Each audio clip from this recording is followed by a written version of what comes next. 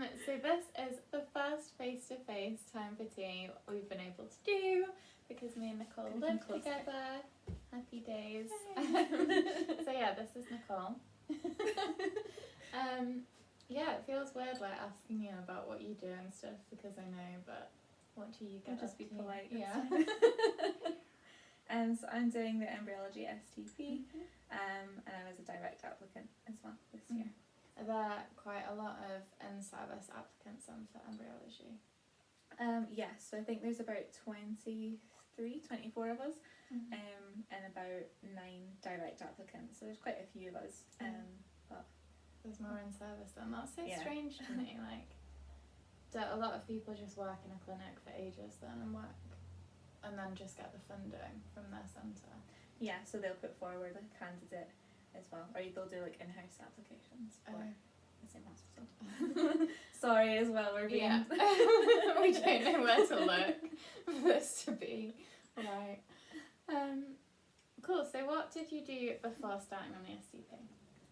So do you want me to go back to uni or? Yeah, let's go all the way back. What did you do from the age of 5?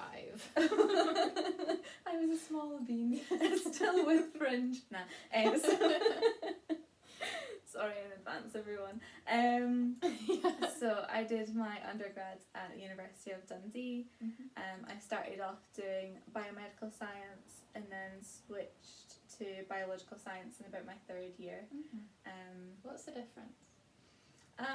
So biological was more like biochemistry and like cell signalling and things, but it included cell and developmental biology. Whereas biomedical science didn't have like a cell and developmental tract. So once I kind of realised that that's what I wanted to gear all my modules towards, that's why I switched.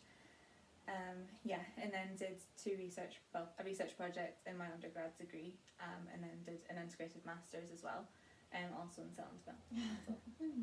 That is mad. How did you find out that that's what you wanted to do? Because it's not niche, because everyone knows about like IVF and stuff, but it's an interesting one to kind of know that you want to go down it quite early. Well, I was like kind of the weirdo in like primary school that knew where babies came from. Like I was not buying the stork story. Like, yeah. So I thought it was really interesting, and then obviously the more you learn about it, it is just an absolute lottery. Like how we're all here is insane. And then the fact that people can then still have kids and with a little bit of help, it just blows my mind that it's even like a thing that you can do, because it all happens outside and then you pop it back and then the woman gets pregnant. Like it's still It is mad. I feel like I was definitely the opposite. Like it took me quite a long time to click where children might come from. I think it's because you just don't want to know as well. Yeah, it's like, I'm happy to not have that talk. It is mad. I think like especially when you're studying genetics, I'm looking forward to my my rotation in repro. I think it will be fun. When you look at like the genetic likelihood of people or like babies or embryos aborting before they're even known about, it's insane. Yeah. And then I can like the big chaotic mess that I am, like somehow make it to 24. We're all just petri dishes with shoes and like really need sunlight. Like, oh. So was your master's like, was that really lab based? Yes, I did like a research project for about 9 months, I think. Part of it was like a literature review, but then the rest was in lab.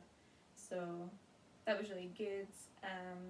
Just because we've also had International Day for Science Women. I forget the order. I don't know what it is. I'm like, women in STEM, women in science, girls, what do they put? Girl power. We had Girl Power Day recently. Both of my project supervisors were both female, which is not why I chose them. They like had really interesting projects regardless. But it was really cool. That was the first kind of environment that I'd been in where there were like really strong female leads. Because since a lot of my undergrad before then it was all male leads, all the program leads were male, and What's the split like at work now? Is it quite? Because I know like women are often like the majority in like healthcare professions, but I don't know how. Yeah, so at my current place, there's about, I think, 12 of us, I think. Mm-hmm. And there is a fairly even split. I'd say there's maybe 7 or 8 women. Mm-hmm. But at my previous place, it was all girls, apart from 2 members of staff, but they weren't in the lab, so it was very much like, woo! And just chat all day. Yeah. If there's only 12 of you, that must be like a lot of work to get through. Like, how many patients do you see? So we're a bit quieter now because of COVID. I think the current place that I'm at, we're averaging around 8 patients who are coming through for egg collection. So that's like the very, very start of a patient pathway, because you need both bits. So the woman comes in for egg collection, and then the guy comes in to produce his sperm sample. So we're doing about 8. It's been a bit varied the last couple of weeks. Yeah. So this week I think we had 7 over the whole week. Okay. But I think we're starting to pick up a bit. There's definitely the demand there. So in light of COVID, it's kind of, I think we're all learning how to like live with it rather than like stop everything because of it. But it must be, like a lot of people, it must just not be like the immediate thing in their mind, I guess. Yeah. And especially for like NHS funding, like you need to be below a certain age, and anything above 38 is classed as a geriatric patient. Cool. Only 13 years left of youth. To be fair, my back feels pretty geriatric now, so maybe they're onto something. So that is outrageous. I feel so abused. Yeah. So in terms of funding and things, if patients had already been waiting to come through, and then COVID's been around for almost a year, that's taken off a year of their very valuable reproductive time. So a lot of the patients, rightly, are very frustrated and very keen to get started, and it's just trying to accommodate that kind of patient cohort as well. Especially as like for the women, every year is like precious. Yeah. So, but it's good. We're getting busy. That's good. How long is the like waiting time before maybe they present and like say that they want to start IVF and they get all the funding through to being able to take the egg collection? Well, right now we've kind of prioritised the list as patients who are maybe slightly older, and so we've kind of stratified it that way. I think normally it takes a couple of months. It is kind of dependent on the feedback you get, like, well, not the feedback, the relay you have between the patient and the clinic.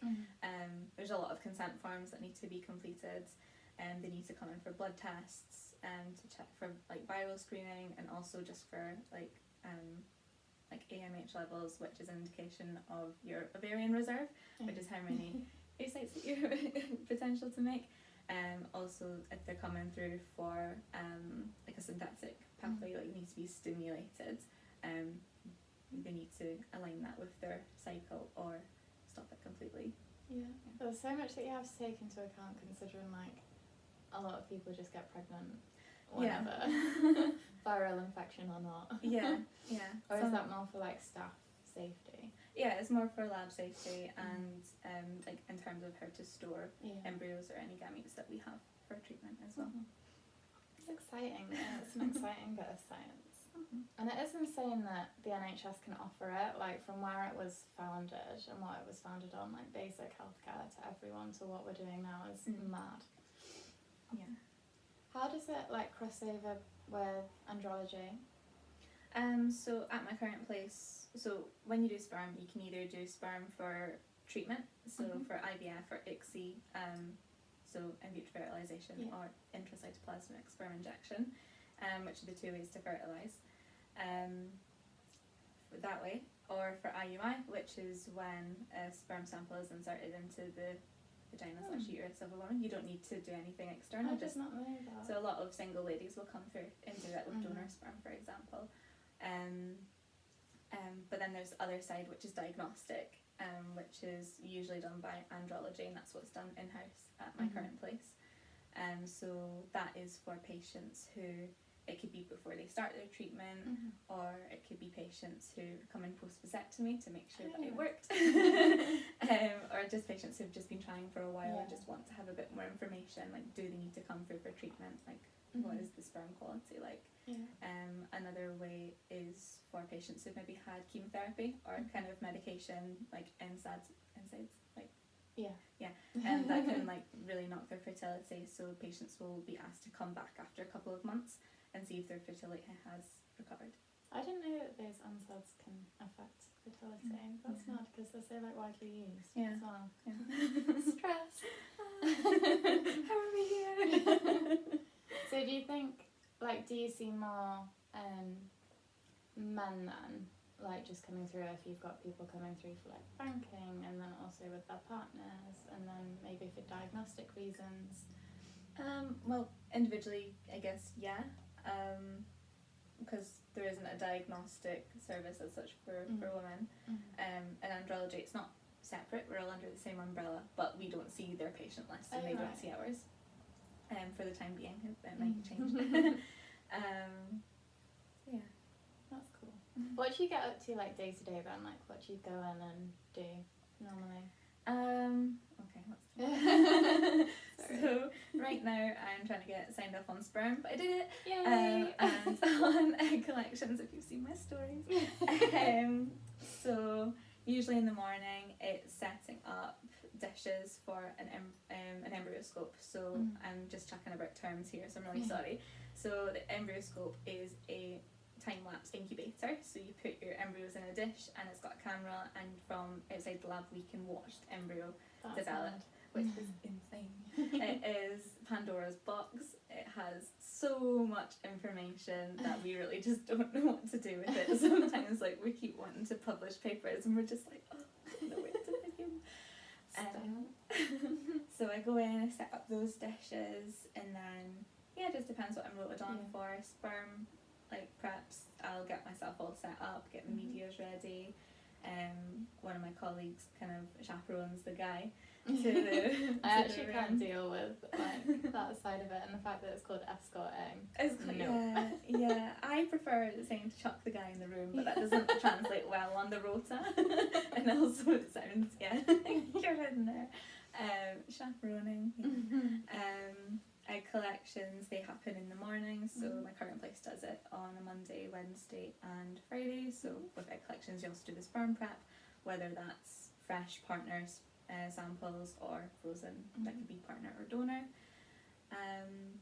And then so it happens in the morning, and then lunchtime, and then after lunch is when insemination happens, so whether it's IVF or ICSI, but I'm not quite at that point, but I do like to watch. Yeah, definitely.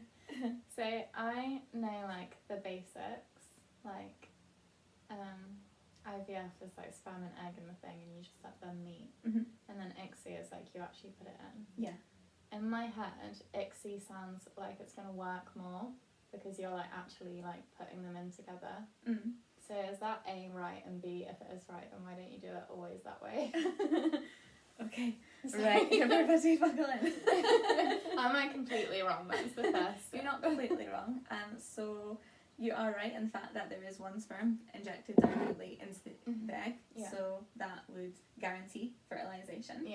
So we tend to do ICSI for patients who come through for like pre-implantation genetic screening, just to ensure that we can fertilize as many embryos as we possibly can. We don't do it all the time because it's expensive. It's an extra cost for the patient's treatment, but also like it's not always needed.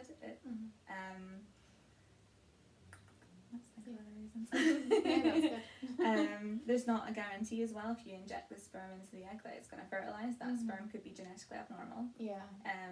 A good thing to use ICSI for is if you've had previous treatment outcomes where you've maybe had like polyploidy, like you've had multiple like PNs, that's what they're called, in an embryo. So that's a way to assess for that. It's usually done if your sperm quality is very low, so if you've got low concentration, low motility, ICSI is quite not vicious, that's the wrong word, but in terms of catching the sperm for ICSI, you have to catch it. So you'll get the sperm, it'll be wiggling about, just minding its own business, and you have to take a needle and slap its tail to stop it moving. Oh my god. This also helps to like let it go under capacitation, which is a reaction that happens, which I will talk about on my Instagram at some point. And then you have to stick it up in a little thing, inject it into the egg, and then it does sound slightly stressful. Yeah, like chasing these little things around with a needle. And they're really fast. And tiny. That's mad. Is it similar then, like, I know you worked at a private clinic before, is it very similar working in an NHS lab, or are they like different in certain ways? So in the private clinic that I was in, you find that a lot of patients tend to be older, just because they've already tend to have come through to the NHS already, managed to get as much treatment as they can, and then, like I said, the cut off for ages. So yeah, when you see patients in a private clinic, they've maybe done 4 or 5 cycles, and are really, really desperate for it at this point. Private clinic, the patients, I think there's probably about an equal number. I think because most private clinics are a bit more financially driven, which obviously it's a business at the end of the day, like that's it. I think they're more keen to get as many patients through as they can, obviously in the safest way, because the private clinics have also taken a hit with COVID as well. Everyone just had to stop as of about April last year. I don't think very many clinics were running except for fertility preservation, so patients that maybe had like ovarian or cervical or like testicular cancers, they were coming in and doing banking. So yeah. That is mad. Is there like a difference between their like success rates then, if private clinics are getting like older patients that have had multiple rounds and stuff, or is it pretty standard across the board? There will be, just because obviously the way that results are published, they're generally done with age brackets.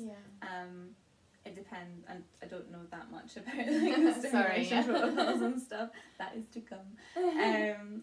But no, like there's a lot of success. Like I've met some amazing doctors. I've seen some amazing cases come through that might have been last resort, and it's worked. It must be so rewarding, because it's like you're seeing them all the way through. Yeah. Like sometimes after a few goes or whatever. Yeah. So it's a shame when you see the same patients coming through because you're like, negative pregnancy test. Okay. But yeah, it's interesting when you then, so you take like cycle 1, you look at it. So say if they got failed fertilization and they had IVF, you'd be like, okay, let's maybe do ICSI and then see if it's not an issue with how the sperm fertilized, but is it a problem with the sperm itself? So if you were then to get failed for it again, it's an issue with the sperm or maybe with the oocyte as well. So it's just, there's a lot of problem solving that goes into it, and it's just really trying to get the best outcome for the patient. Like that's the main like overarching thing that everyone like has in mind. Like they're there to start their family, and it's like humbling and a privilege to be a part of it. And I'm not just saying that to be corny, like it's amazing. That is mad. Insane. So do you do any of the, or are you a part of any of the like surgical sperm retrievals or like the surgery to get the egg out? Or is that the doctors? That's mainly the doctors. We are just, so they're like the hunters and we're kind of the gatherers, I guess you could say. So for egg collections, I like that. They'll hand through like tubes of follicular fluid, which will get poured very carefully into a dish and checked under a microscope, a stereoscope, to see if there's any oocytes. The same kind of happens for SSR. They'll hand through tubes and we'll have a look. And a cool thing about SSRs, if they get to kind of biopsy state, is in the testes, the tubules, which is where the sperm's produced, they're all like convoluted like noodles essentially, and you have to then like milk them in the lab to try and get as much sperm out. So it is quite like, it's not tedious, like it is tedious if there's not that much sperm there, but it's just doing your best to try and find something. So it's really cool. I love watching all the different procedures and just seeing what kind of measures that we can do to help people as well. So if you've been signed off on sperm then, what does that mean you can do? So that means that I can like do a sperm prep without supervision. So we prep sperm by running it on like a density gradient, because I'm saying sperm, that's technically wrong.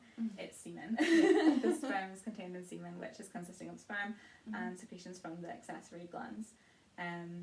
So you need to separate the sperm from all these other components, which can include like cellular debris, which is natural, like when it comes out of the urethra, like it can also just be some other debris around cells if they've had a recent infection, and any immotile sperm that will also get segregated out when you do it on a density gradient.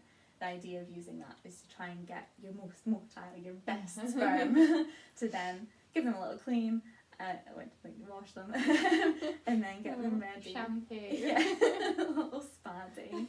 Got a big moment coming up, Get them all guys. dressed up. Only one of you will win. Like the Bachelor. Or the Hunger Games.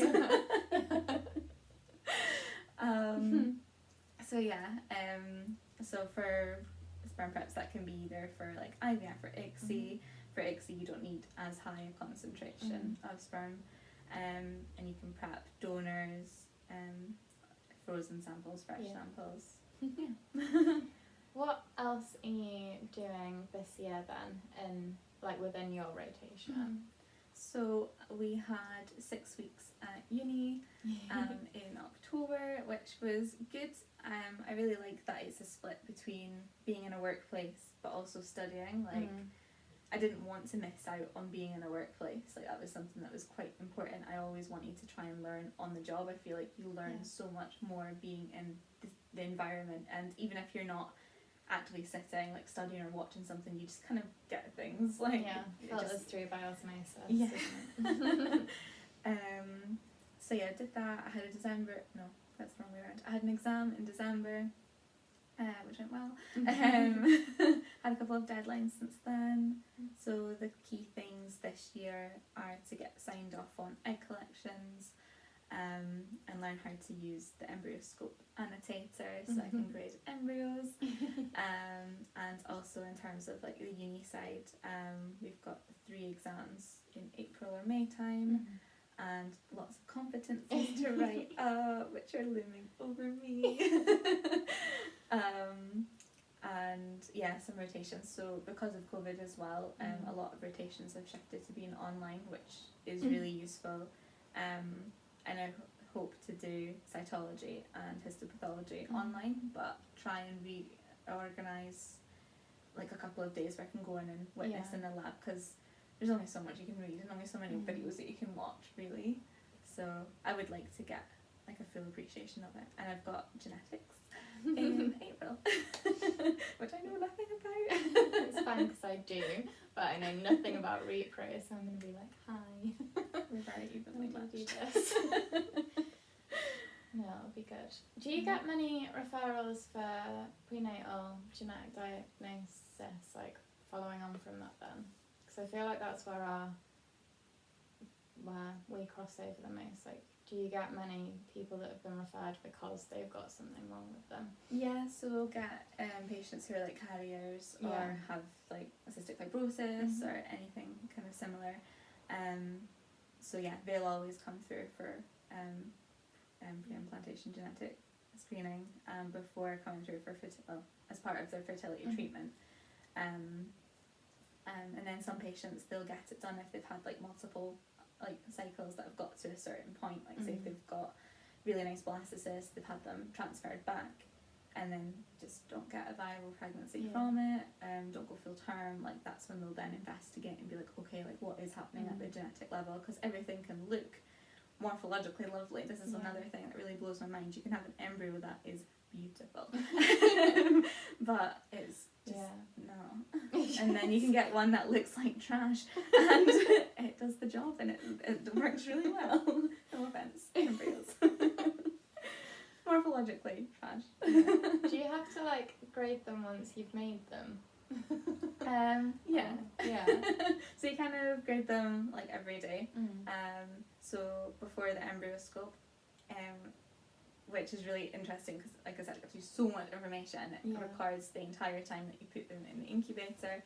Whereas before, when we were checking them, you have to be really quick because you don't want the embryos to be outside of their nice cozy incubator. So you have a quick look at them under the microscope, count how many cells, look at what kind of overall structure is, and put it back quickly. Without running too quickly. Yeah. This is why we wear Crocs. They're the comfiest, ugliest shoes, but they're so good. I can't wait to go into that because I won't have like feet bleeding from my work shoes anymore. I like slippers. So yeah, but we can track, like you could sit and watch the Embryoscope all day if you wanted to. It goes in real time, so I wouldn't advise it. We do have a little thing that you can spin it to make the time go faster, so it's really cool seeing the development and watching the embryos, because you'll see them like ideally they go like 1 cell to 2 cell to 4 cell to 8 cell and blah blah blah. But you'll see some of them like 2 cell, 3 cell, 5 cell, 8 cell, and then they'll bring a couple of cells back in and be like, no, I'm a 4 cell again, this is fine. And then they remember what they've got to do. That's insane. And how do they just like reabsorb it all? Yeah, they're just like, I made a mistake. Not quite, girls. Don't come back. So that's really cool. And that's there's a set of information that we didn't have access to before that we're just like, oh, what you did. Yeah, that is so strange. Do you know what you'll be doing like in 2nd and 3rd year? It's a bit of a way off, so no worries if not. Well, we've already been told to start thinking of a research project. So I'm kind of hoping something embryoscope based, because it has so much information and it's something that you can do without being directly in the lab, as long as you have consent from patients to use it for treatment or whatever. Like you can sit and do it, and it gives you so much information as well. We've got to go back to uni for, I think it's just a week in 2nd year and another week in 3rd year. That's not bad, only a week. So it's just intense. And then just more competencies and getting more specific within your specialism. Like the good thing about the 1st year is it's so broad and you get introduced to like a lot of different areas that kind of tie in together. But yeah, I think 2nd year is really when they want you to start hitting the ground running and getting on with things. So that'll be good. Exciting. What's the split between being in the lab and then being with the patients? Do you have much like communication with them? Right now it's a little bit more reduced because of COVID. So we tend to touch base with them at egg collection. We keep them updated mostly like through the phone, like throughout their treatment. If they're having a transfer, we'll see them on the day of transfer, see how they're getting on, and that's an important step as well. Like not only to like tell them like what kind of embryo they're having back, but it's a good way to try and build up a rapport with them. People will tell you more things, whether they're like feeling in pain, like that they wouldn't normally tell you if you just start off a conversation. So that's one thing I really like about the role, because I really like being in the lab, but I like the patient interaction. Like I had experience of it as a healthcare assistant. It was something that was really rewarding, and I'm just really chatty, so I quite like just having a blather. You must see quite a lot of different patients coming through, like some that have no obvious reason why they may not be like able to get pregnant or whatever, and then some that have like an obvious, like phenotypically obvious reason. Yeah, right. But even then, like there's like the invisible diseases like endometriosis. Like there's so many women that have been like newly diagnosed with it, because it's now something that they can definitively diagnose, rather than being like, oh, it's just cramps. Like no, it's really it's really not. Literally. Isn't it like 7 years for a diagnosis? It's insane. So that's the amazing thing. You would walk past all of these people on the street, like you wouldn't think twice, and it's one in 6 couples now that have fertility issues, either from one side or the other, or both. And so that's just insane, because there's a lot of us now. That is true. Madness. How have you found the uni side of things? Like you said that you're enjoying being able to study as well. Yeah, I do enjoy it. I was a bit sceptical about it because I'd been working for about 2 years since graduating, so I was a bit concerned about going back, whether I'd actually remember how to study, whether I'd be able to motivate myself, especially with working from home, like none of the libraries are open, like I'm very much a library bird. Probably more for social aspects rather than anything, but I got my degree. To go and get lunch. Yeah. But no, I enjoy it. Some days are easier than others to motivate, but it's interesting. I am genuinely interested in everything that is handed to me, so I feel like it's not work if you love it. You're a nerd. I'm such a nerd. But yeah, I do like it. Is it such a tricky specialism to get on? Or it seems just really in demand? I know so many people that have messaged me you got an embryology or an andrology video. And they're going to think, oh my god, who's this girl that you've presented to us? Yeah. Yeah, it is quite difficult. As I said, I was direct entry. There's usually only between 7 and 9 posts per year, but there's also about 300 applicants. That's insane. So in-house trainees have obviously done really well to get the position that they've got into, and are obviously just as grateful for being able to get onto the STP. They still have to go through the same interview process and things as we did. I didn't know that. Yeah. Usually not the group interview, but they still need to tick all the boxes and things. So my application, I've done 3 applications. So last year was the most different because of COVID. It's the furthest I got, and I was quite relieved that we didn't have to do the group interview, the speed dating. That's COVID. Literally. The one good thing to come out of it. I was like, well, brilliant, we can't go anymore. So yeah, that was good. I can't remember what the original question was, Meg, I'm sorry. Oh yeah, just how do you make yourself kind of stand out in the application if it's so competitive? How do you give yourself that extra edge? It's just using unless you do an embryology masters or undergrad, which are quite rare. They're also very expensive. I didn't have the money to go and do an embryology masters, so when I was at uni I knew this was something that I wanted to do after doing some work experience. I know that's not something that's easily attainable right now, but there are online courses. Future Learn has one about it's called Making Babies in the 21st Century. I did it over the first furlough period because I was just refusing to relax. I didn't know what to do with myself. Can't let my brain fall out. So I did that. I didn't pay the £50 for the certificate, but I made myself one now. It's good just to keep your skills up to scratch.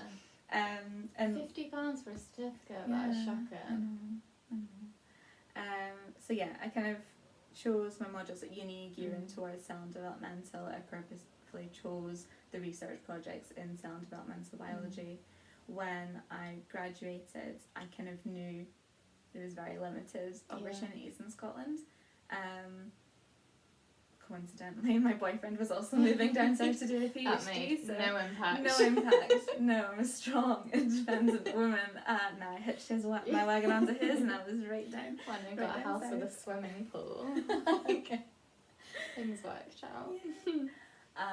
And then I made sure I had a job for moving down south, which was a healthcare assistant role, which I thought would just be really valuable in terms of getting some patient interaction. I'd done research for so long that embryology is both sides. You have the lab side and the patient, and I thought I can't, apart from retail experience, I can't just jump right in without having some patient interaction. There's a lot of skills between customer service and patient interaction that are transferable, and you can definitely build on them. So I think if people aren't successful this round, or if they want to scrub up on their patient interaction skills, that getting a healthcare assistant job is really valuable. Even in terms of I really apologise for anyone that's struggling with my accent. Meg will need to do subtitles. That's one thing. Stress. Yeah. I'm gonna be I'll what do are them. we talking about at this point? I can do them, it's fine. No, it's alright. That's one thing when I moved down south that I really had to learn is how to slow down. I'm a very fast talker and to speak more clearly and then pronounce my T's, which is something I that don't does do require that. effort. Yeah. So yeah, it's just trying to get your foot in the door. Like my lab technician job was the best thing that happened for my career so far, apart from the STP.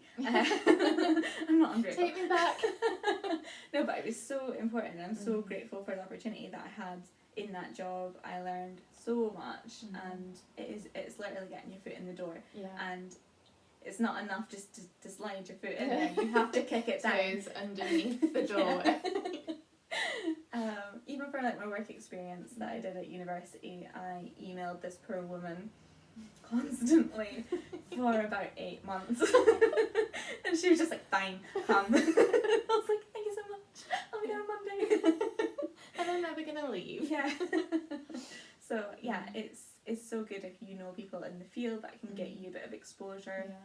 Don't underestimate just going for a work experience. Like even if you're just observing, you're gonna soak up so much. You're gonna have so much to talk about in future interviews. You're gonna learn so much about like culture systems and how like they do transfers and egg collections and everything. It's just you need to get in and really try and soak as much of it up as possible. I appreciate COVID, it's not entirely possible.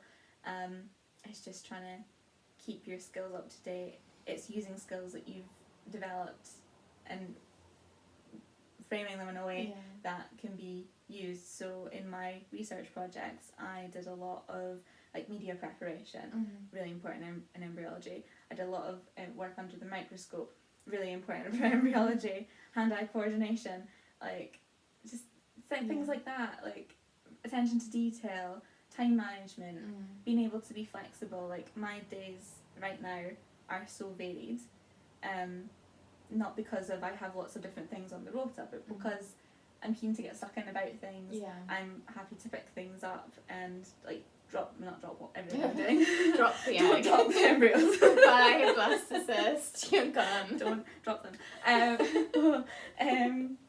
No, it's just life doesn't ever go as planned, and it's just the same with like a working day. Like just everyone like pulling together, like having an important like team and some people that mesh together really well. Communication, that's another thing you can mention on applications. Like there's so many different interpersonal skills that you can use and develop and really use to drive. You don't need experience to get into the role, but you need to show that you're keen and that you're willing to learn, and that you maybe don't know that much at the moment, but you will. So once you start, that's what I'm telling myself. You don't know that much, Nicolle, but you will. We'll get to the end like we still don't know that much, but we will. Last 2 weeks, it'll all click into place. Like, oh, great. I think even I know like it's a very privileged thing to be able to do, but there's so many volunteering things for COVID vaccination places at the moment.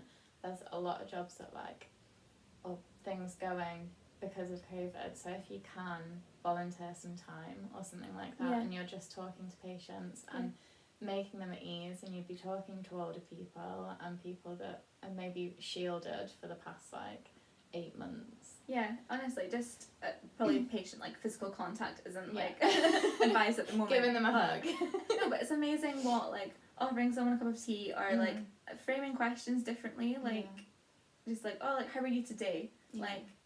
That is very specific, but it's very subtle. They could have been fine up until a point or not fine until a point, and it's you're asking them right now how are you today, or how have you been? It's trying to get a conversation going. I think we're if I had time, I would definitely be going out and doing helping at the vaccination hubs, because even then you're exposing yourself to so many more different types of people that will help your communication skills, whether that's language barriers or accents or just explaining things. That's such a useful thing to have as well. It's all fine and well knowing something very specific and being able to talk about it in a very scientific way, but until you can explain it to someone else, do you Yeah. really know it? I found it like when I went to get my vaccine, they were explaining like everything along the way, and I was just kind of like, oh, like I do know what's going on, but it's so nice that they are taking the time to tell me what's going on, because for like maybe those older patients who don't understand or have like good enough memory or as good memory as they used to, or people that may have like learning difficulties, it's so important to just be able to put them at ease and explain to them so they are actually able to give like informed consent to whatever you're trying to do. Yeah, especially because a lot of people are scared of needles. Like, people don't want you to. Like, when I worked in the hospital, like, people come around, like, the phlebotomists would come around, like, can I just take your blood today? And you're like, no. And they really need to take your blood. So it's trying to then reassure them, like, why they need it and understand why it needs to be done and put them at ease. And it's the same with working in fertility as well. Like the men who come in to produce samples are embarrassed, they're nervous, they're anxious, they're worried about their partner who's currently in theatre having an egg collection, and a lot of them feel like, oh, I just get to masturbate, that's my bit, and like that is your bit, and it's important, and then a lot of them feel the weight of that importance, and so it's not the most comfortable thing in the world, is it? It's not like what you do normally. Not in that environment, no. But it's trying to then put them at ease. Like, I try to have a chat to them beforehand, just not about what's happening at all, just make them feel comfortable. Like, a lot of people don't feel comfortable in a hospital setting anyway. So especially, I'm just gonna like jump onto what you did last week, but go into that thing about trans patients. That is something that I'd never even thought about, and it's going to be something that is going to grow. And it's so interesting to just think about like how outdated some of the systems are in the NHS and how much we're going to need to like adapt our processes. But it's not even like big adaptations, they're just little things that you might not even think about day to day. You don't think about it until it's said and you're like, that makes so much sense. Like, and it's so much more inclusive and thoughtful without also requiring extensive thought. Like, it's just, once you work it into routine practice, you're going to wonder why you did anything any differently, and then everyone gets the best. And everyone feels like equally respected as well. Definitely. Fab. So if you could go back to little baby Nicolle, what would you tell her like is the best, and then maybe something that you've had to kind of work around part of the job? So still get knocked back. Like, I applied 3 times for a few, like, so I did Scottish and English one year, and then applied to the English like the next couple of years. I tried to reframe my thinking. I did feel very like shitty. Sorry. Censor. After not getting it the first time, because I was fresh out of uni, I felt, you feel a certain way when you graduate, and that you've been immersed in something so specific, and you're an expert in your projects, and you feel very like not big for your boots. It's definitely well deserved, but you definitely have an air of like, I deserve this. Big fish in a small pond. And I definitely did feel like that, and but at the same time, like, I really wanted to do it, which is why it hurt so much as well. But I then just had to reframe my thinking. So I think that's a really important thing to learn to do. It's not a no because you're not good enough. It's no at the moment because you've not quite got the skill set that they're looking for, and there's always going to be someone better. Like, even like getting taken into a cohort, there's always going to be the one person that's like just better than everyone else, and you're all there like but no, it's like, then if you can get feedback from anyone, like, I know it's quite hard to do with the STP, but even other kind of job applications, really chase people for feedback. They will give you it, especially if it's something they think you can work on. And then just keep getting stuck in, keep looking, keep asking people for help, and looking for opportunities to get stuck in. So I'd probably say to little Nicolle, to just like be a bit more confident. Like, no one is gonna think badly of you for messaging them and being like, oh, like, can you help me with this, or I'm really interested in this, like, do you know anything about it? No one's gonna be like, nerd. like, no, not worth my time. Like, no, like, if you are really passionate about something and you have someone who's messaging you about it, like, I'm more than happy to help people. Yeah. Like, and I know how much I appreciated anyone that took the time to help me as well. Yeah. So you don't ask it, you don't ask, you don't get. Yeah. And that's it. And what's the worst that's going to happen? You're going to be in the same position as if you didn't ask. Yeah. So, like, you could potentially... I didn't ask anyone on the STP to read my application. I only asked my mum to look through, like, the grammar. And thanks, Mum, because you really did help. Because I was worried. I was like, they've got so much on. Like, they're not going to want to help. I'm just going to look silly. And I look back, I'm like, why didn't I... I knew people from the master's course, like, in previous years that had gotten on. And I still was just like, no, I won't message them. And what have you got to lose at the end of the day? Yeah, the worst thing is they leave you on red. Like, and you're like, okay, that's fine. But, yeah. Yeah, literally. Mad. Bro. Yay. Thank you. It's alright, I've actually drank my tea. It's going to be stone cold by now, so don't even try. To be fair, I made them really strong. I think that one was a bit too much. I've got a slight headache. But yeah, thank you. Let's go have some cake.